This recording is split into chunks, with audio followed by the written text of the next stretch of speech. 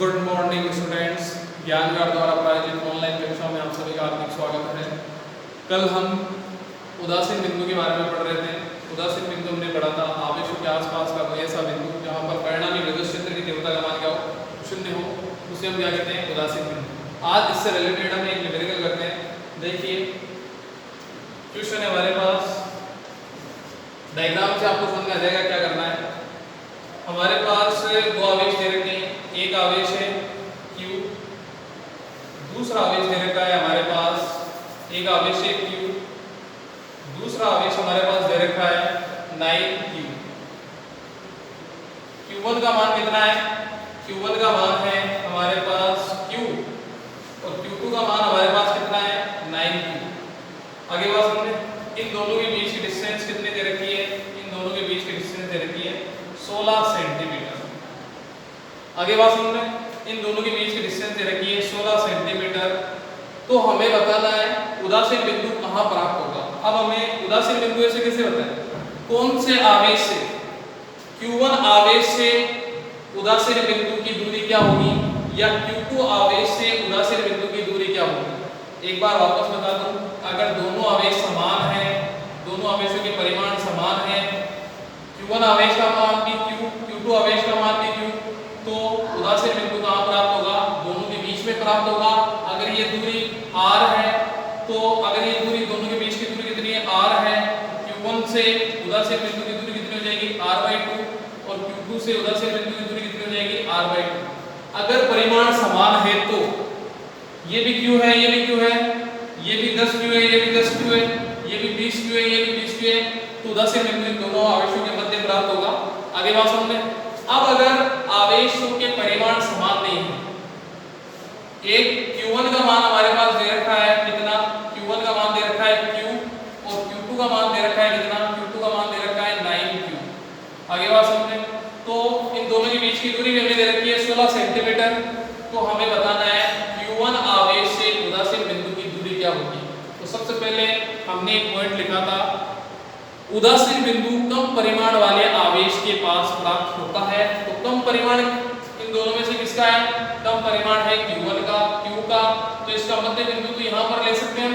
तो कम परिमाण वाले आवेश के नजदीक प्राप्त होता है। तो कम परिमाण वाले, ये तो हो गया मध्य बिंदु। आगे बात समझे। तो कम परिमाण वाला आवेश यह है, तो इसके आसपास प्राप्त होगा। इन ये जो आपको दिखाई दे रहा है मध्य बिंदु से यहाँ Q तक, इस रेखा पर कहीं पे भी प्राप्त हो सकता है। मतलब यहाँ पे प्राप्त हो सकता है, यहाँ पे प्राप्त हो सकता है, यहाँ पे प्राप्त हो सकता है। कम परिमाण वाले आवेश के nजदीक प्राप्त होगा। तो अब हम बात करते हैं, हमें इसमें निकालना क्या है? हमें निकालना है, जैसे मान लो Q1 आवेश से उदासीन बिंदु की दूरी क्या होगी? उदासीन बिंदु की दूरी क्या होगी? उदासीन बिंदु की दूरी क्या होगी? दूरी क्या होगी? क्वेश्चन ये है, दो आवेश दे रखे हैं जिनके परिमाण है Q और 9Q, दोनों के बीच की दूरी है 16 सेंटीमीटर। तो Q1 आवेश से उदासीन बिंदु की दूरी क्या होगी? जैसे मान लो अगर उदासीन बिंदु यहाँ पर प्राप्त हो गया, ठीक है, तो यहाँ पर प्राप्त हो गया, मान लेते हैं बिंदु P पर, उदासीन बिंदु P पर प्राप्त हो गया, तो हमें बताना है Q1 से बिंदु P के बीच की दूरी क्या होगी। क्वेश्चन ये है। और इस तरह से भी पूछ सकते हैं कि Q2 आवेश से उदासीन बिंदु की दूरी क्या होगी।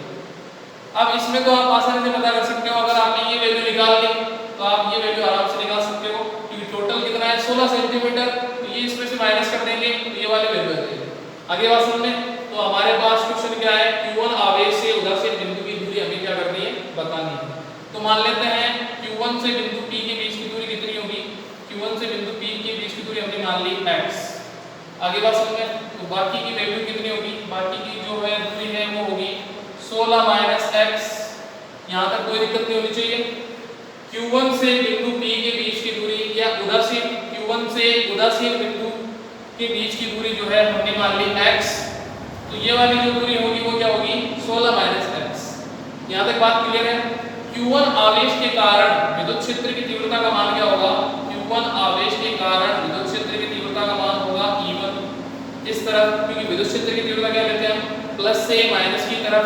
तो यहाँ पर जो आवेश है धनात्मक आवेश है, धनात्मक आवेश है, तो बिंदु P पर विद्युत क्षेत्र की तीव्रता क्या होगी? इस तरफ। अब इस तरफ भी क्यों?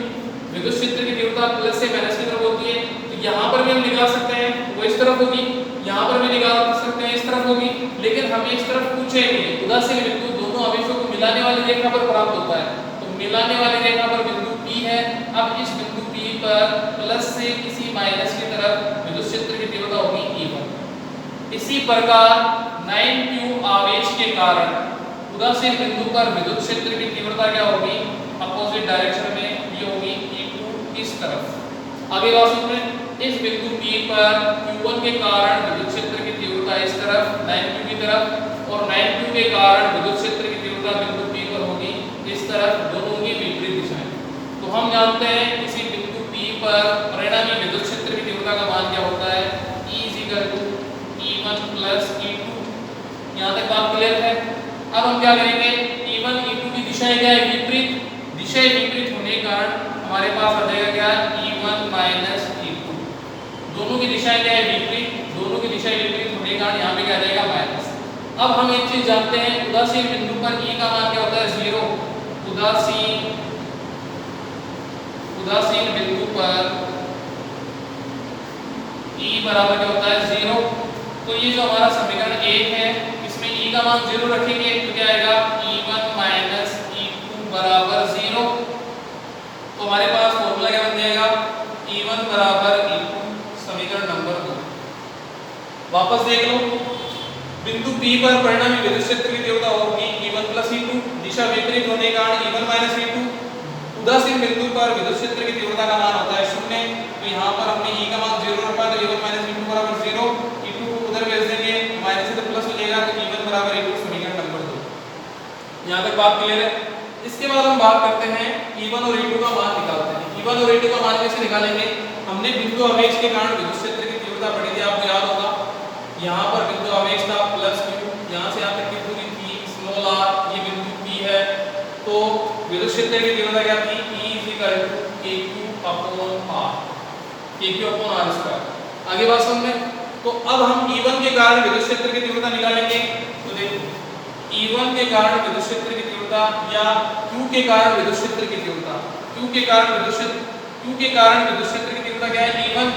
तो हमारे पास फॉर्मूला क्या बन जाएगा, kq।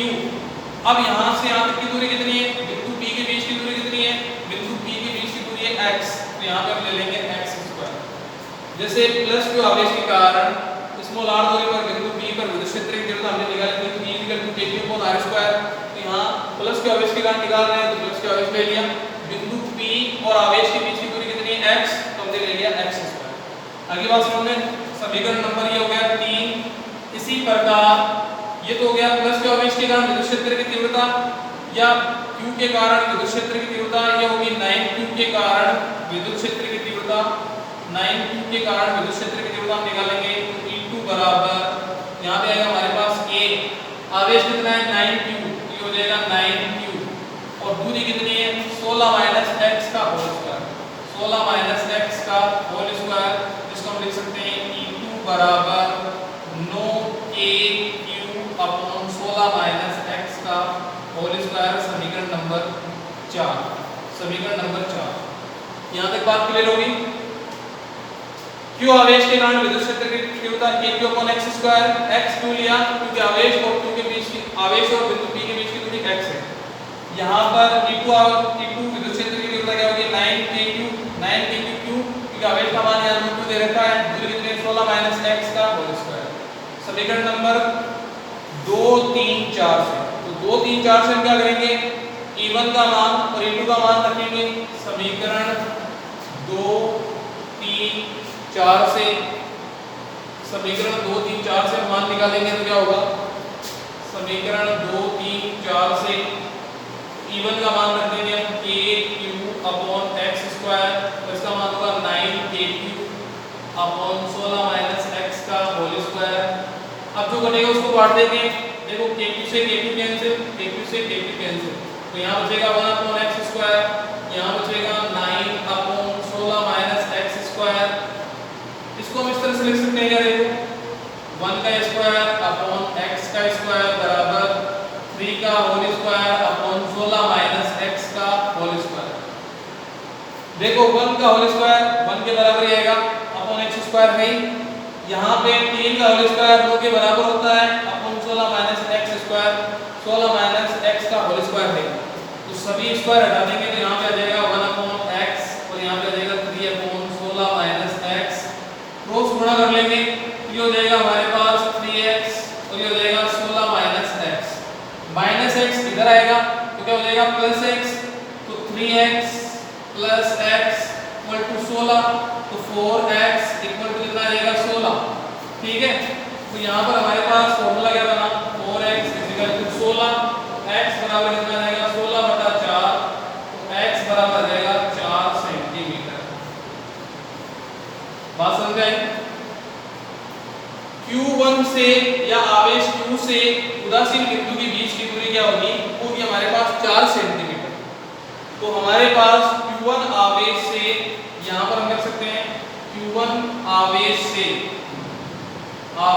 से उदासीन बिंदु की दूरी, उदासीन बिंदु की दूरी, बिंदु की दूरी। अब अगर आपको कोई पूछे कि Q2 आवेश से उदासीन बिंदु की दूरी बताओ तो आप आराम से निकाल सकते हो। टोटल दूरी कितनी है 16, 16 में से 4 चले जाएंगे तो कितने हो जाएंगे 12। तो Q2 आवेश से अगर आपको निकालना है Q2 आवेश से उदासीन बिंदु की दूरी, उदासीन बिंदु की जो दूरी होगी, उदासीन बिंदु की दूरी वो क्या होगी, उदासीन बिंदु की दूरी वो हो जाएगी हमारे पास 16 माइनस 4 बराबर 8 सेंटीमीटर, सॉरी 16 माइनस 4 बराबर 12 सेंटीमीटर। आगे बात सुन लें। तो अब अगर देखो, अगर दोनों आवेशों के परिमाण समान होते, ठीक है, दोनों आवेशों के परिमाण अगर समान होते तो उदासीन बिंदु इनके मध्य बिंदु पर प्राप्त होता और दोनों के बीच की दूरी क्या होती, Q1 से भी कितना होता, Q1 से कितना होता 8 सेंटीमीटर, Q2 से भी कितना होता 8 सेंटीमीटर। लेकिन अब परिमाण अलग अलग हो गए, उदासीन बिंदु कहाँ प्राप्त होगा, कम परिमाण वाले आवेश के नजदीक। तो कम परिमाण वाला आवेश का है Q1, तो Q1 के पास कितना प्राप्त हो रहा है 4 सेंटीमीटर, और जो Q2 है जिसका परिमाण ज्यादा है उससे दूर प्राप्त हो रहा है कितना 12 सेंटीमीटर। बात आगे समझ में कोई दिक्कत नहीं होनी चाहिए, एकदम आसान सा न्यूमेरिकल है, आसानी से आप समझ सकते हो। अब इसको निकालने का एक दूसरा भी तरीका है, एक ट्रिक है, वो आप ट्रिक देख लो। ट्रिक क्या है देखिए, इसको हम शॉर्ट तरीके से भी निकाल सकते हैं। कैसे निकालना है देखो,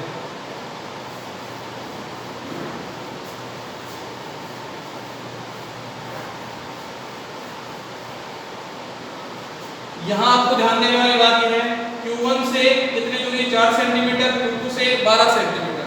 अब ट्रिक देख लो, ट्रिक क्या है, ट्रिक हमारे पास ये है, देखिए ट्रिक शॉर्ट तरीका ये है, इसको आप ऐसे निकाल सकते हो।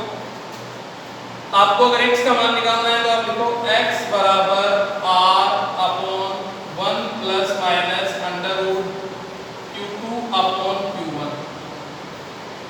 ये ट्रिक है निकालने की, एकदम आसान है, 1 मिनट में आप जल्दी से जल्दी निकाल सकते हो। यहाँ पर x क्या है, उदासीन बिंदु के बीच की दूरी जो आपको निकालनी है, r क्या है, दोनों आवेशों के मध्य दूरी। आगे बात समझ में, तो 16 सेंटीमीटर दे रखी है, ये Q1 आवेश है, ये Q2 आवेश है। अब हमें यहाँ क्या करना है, जिस आवेश से हमें निकालना है उसको आपको नीचे रखना है। जैसे आपको Q1 आवेश से निकालना है उदासीन बिंदु की दूरी, तो Q1 को नीचे रखना है, और अगर Q2 से निकालना है Q2 को नीचे रखना है। आगे बात समझ में। इसके बाद यहाँ पर प्लस माइनस दे रखा है, तो अगर आवेश समान प्रकृति के हो तो प्लस लेना है, अगर आवेश विपरीत प्रकृति के हो तो माइनस लेना है। तो सबसे पहले हम करके देख लेते हैं। पहला जो है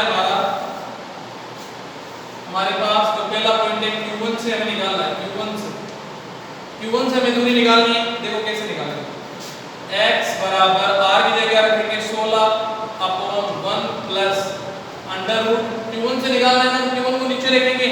तो देखो यहाँ पे हम रखेंगे, ऊपर रखेंगे Q2, नीचे रखेंगे Q1, तो Q2 का मान हो जाएगा 9Q और Q1 का मान हो जाएगा Q।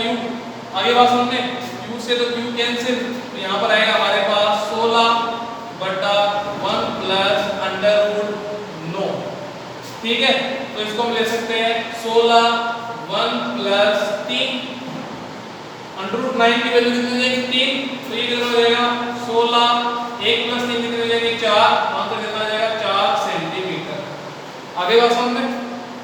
इतना आपको पूरा कैलकुलेशन, पूरा डेरिवेशन करने की जरूरत नहीं है। निकालने का शॉर्ट तरीका है, Q1 से दूरी कितनी होगी, उदासीन बिंदु की दूरी होगी 4 सेंटीमीटर। आगे बात समझे। इसके बाद हम Q2 से निकालते हैं, Q2 से दूरी, Q2 से दूरी। तो Q2 से दूरी हम निकालेंगे तो देखो x बराबर, वापस रख रहा हूं मैं, r के स्थान पे रख रहा हूं 16, 1 प्लस एक बार यहाँ पर फॉर्मूला रख रहा हूँ। Q2 से निकाल रहे हैं तो Q2 को नीचे रखेंगे कैसे, Q1 अपॉन Q2। समझ गए, आपको अच्छे से समझ में आया इसलिए रख रहा हूँ ताकि हम डायरेक्ट वैल्यू पे रख सकें।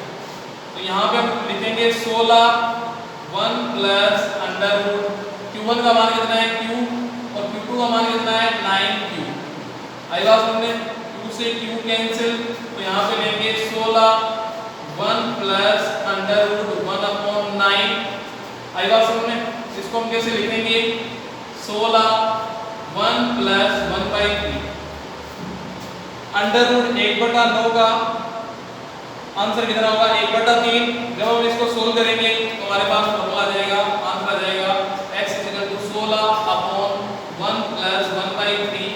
तो इसको हम इस तरह से लिखेंगे 16। ये इतना लंबा मैं इसलिए कर रहा हूँ आपको हर एक चीज समझ आ जाए, वरना फटाफट निकाल सकते हैं, इतना टाइम नहीं लगता। 16 अपॉन, यहाँ देखो इसको सोल्व करेंगे तो ये कितना हो जाएगा 3 प्लस 1 4, 4/3। तो अपॉन के भी अपॉन में जो राशि होती है ऊपर चली जाती है, ये आ जाएगा यहाँ पे 3, यहाँ पे हो जाएगा 16 × 3 अपॉन 4। तो 4 का भाग देंगे 16 में तो कितनी बार जाएगा 4 बार, 4 चौक 16 और 4 3 12 सेंटीमीटर।